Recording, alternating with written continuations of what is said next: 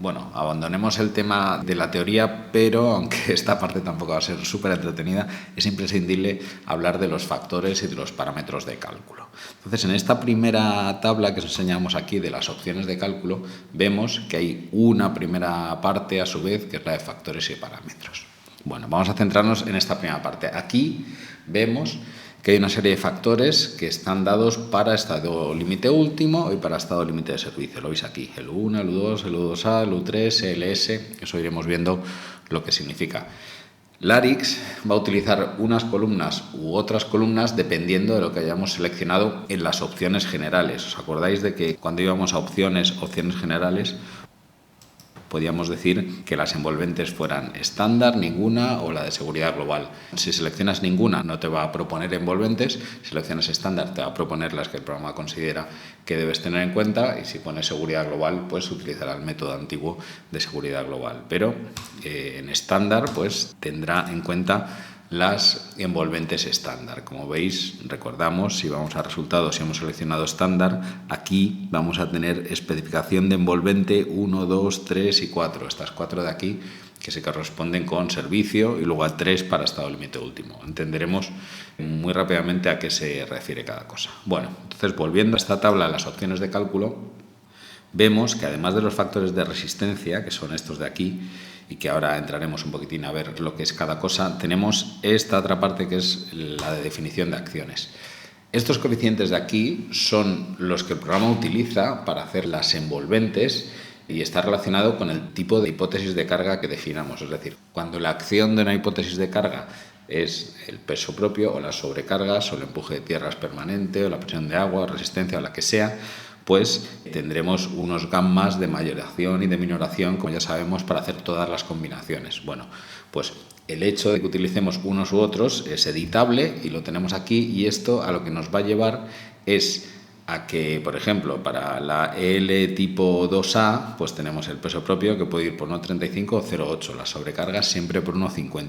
Como veis, todos estos valores son cambiables, no me enrollo aquí, pero esto nos va a llevar a que luego, cuando vamos aquí, por ejemplo, al 2A este que estábamos viendo, pues veremos que hay 16 combinaciones fruto de hacer las distintas combinaciones con esos factores. Bueno, entonces no tenemos que confundir los factores que aparecen aquí en la segunda zona, los coeficientes de combinación de las acciones para obtener las distintas especificaciones de envolventes, con estos valores de aquí. Estos valores de aquí son nuevos, por así decirlo, y son propios de LARIX.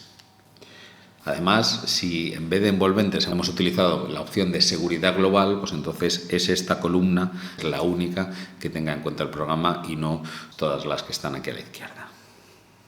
Como sabemos, hasta la llegada del anejo español del Eurocódigo 7, en España no había existido como tal una normativa, ¿no?, que relacionada con la geotecnia, sino que había una serie de guías, de recomendaciones en las que se trabajaba con ese coeficiente global de seguridad que estamos viendo aquí a la derecha. El marco teórico que utiliza el Eurocódigo 7 se basa en 3 aspectos fundamentales. Por una parte, la definición de los estados límite, los estados límites últimos y de servicio, que tienen que cumplir las diferentes actuaciones geotécnicas que incluyamos en los proyectos. Luego, la adopción del método de cálculo basado en los coeficientes parciales de seguridad. Ahí es donde nos distanciamos un poco del coeficiente global de seguridad. Y luego, por último, está la determinación de los diferentes enfoques de proyecto. En inglés es Design Approach, entonces veremos por ahí muchos DA, que es las siglas de Design Approach. Bueno, estos enfoques de proyecto constituyen diferentes maneras de cuantificar la incertidumbre que hay en los cálculos de los estados límites mediante las distintas ponderaciones de los coeficientes parciales de seguridad que hemos indicado anteriormente. Además, la segunda opción, la de los coeficientes parciales de seguridad, afectará, por un lado, a las acciones, con unos gamma sub B, que son los que actúan directamente sobre las acciones, o los que actúan sobre los efectos de las acciones. Veremos que no es lo mismo las acciones, que son las cargas, con los efectos de las acciones, que son, por ejemplo, la reacción en la cimentación, ¿no? Una cosa es la acción, otra cosa es el efecto. Y el Eurocódigo pues distingue los coeficientes que actúan sobre las acciones o sobre los efectos de las acciones. Ahora los veremos. Y estos son estos de aquí que vemos, ¿no?, los coeficientes que afectan a cada tipo de acción o cada tipo de efecto de acción según se mire. Luego tenemos unos factores que afectan a los materiales. Estos serán gamma sub m, y si os fijáis son estos de aquí, los del rozamiento interno, el peso específico, la cohesión. Y luego tendremos los que afectan a las resistencias del terreno, gamma sub r, y son estos de aquí que vemos, el de vuelco, el de deslizamiento o el de hundimiento. ¿Qué ocurre? Que la aplicación de cualquier eurocódigo en un país no tiene ningún sentido hasta que no se define su anejo nacional. Porque en los anejos nacionales es donde cada país define una serie de parámetros basándose en lo que considera más adecuado o más cercano al método tradicional de dimensionamiento que tenía. Entonces, claro, ahí es donde cada país toma una vía y presenta un anejo nacional diferente. Bueno, el anejo nacional español nos habla, por ejemplo, de una serie de estados límites que debe cumplir cada una de las actuaciones geotécnicas y se engloban en los conocidos estados límites últimos y estados límites de servicio. Los primeros, como ya sabemos, están enfocados a garantizar la seguridad frente a la rotura y los segundos están enfocados a asegurar la funcionalidad de la estructura que proyectamos. Si nos fijamos simplemente en los estados límites últimos, pues para una estructura de contención definimos hundimiento, deslizamiento y vuelco rígido, ¿no? Que además son de diferentes tipos, ahora hablaremos. Encima, para verificar una estructura, pues también tenemos que verificar la estabilidad del talud. Entonces, LARIX dispone de un módulo diferente de estabilidad de taludes, que por suerte es un módulo diferente porque trata con diferentes coeficientes de seguridad y diferentes factores y parámetros de resistencia, o sea que difiere de todo lo que estamos viendo para muros de contención. Entonces, aunque nos adelantemos, es muy sencillo preparar esta misma estructura para el módulo de estabilidad de taludes. Basta con hacer archivos, crear el proyecto para estabilidad. Entonces genera un proyecto para ser analizado con el módulo de estabilidad de taludes y ya te abre el módulo de estabilidad de taludes. Si os fijáis aquí arriba veis que pone L9S, que es el módulo S del LARIX 9. Y como veis, pues tiene diferentes botoncitos y ya lo veremos. Pero de momento vamos a volver al módulo de muros de contención. Entonces, como veis, en esta tabla de nuevo, para la actuación geotécnica de estabilidad global y de taludes, pues hay su propio estado límite último, que es el estado límite de estabilidad global, que también es del tipo GEO. ¿Qué es GEO y qué es ECU? Bueno, pues los estados límites tipo GEO implican la rotura interna o una excesiva deformación del terreno. La resistencia al terreno aquí tiene un papel preponderante. Un ejemplo de estado límite último tipo GEO es el hundimiento de una cimentación superficial o de una cimentación profunda.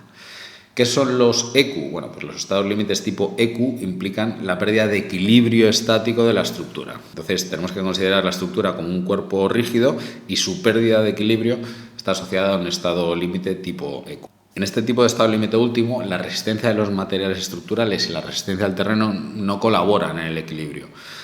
Un ejemplo clásico de este tipo de estados límites últimos es el vuelco rígido del muro. Además de estos, aparecen unos que se llaman STR, para liarlo todavía más, con los que realizaremos el dimensionamiento de las armaduras. Y luego, en servicio, también tendremos que comprobar que los asientos son los debidos. Todo esto, por suerte, lo hace el módulo M de LARIX. Pues si la cosa no fuera lo suficientemente compleja, además, el Eurocódigo 7 define diferentes enfoques de proyectos y cada país ha admitido un enfoque diferente para cada tipo de cálculo. O sea que bueno, vamos a centrarnos un poco en los de España, pero vamos a describir todos. Estos enfoques de proyectos se diferencian principalmente en los parámetros a los que se aplican simultáneamente los coeficientes parciales de seguridad. Entonces, esto pueden ser las acciones, los materiales o las resistencias que hemos visto antes. Entonces, en esta tabla resumen vemos que tenemos 3 enfoques de proyecto, uno además, el enfoque 1 tiene además 2 combinaciones, luego tenemos el 2 y el 3. Entonces, en el enfoque de proyecto 1 se deberán hacer 2 cálculos complementarios. En la combinación número 1 se mayorarán simplemente las acciones, ¿vale? Las acciones, no los efectos de las acciones.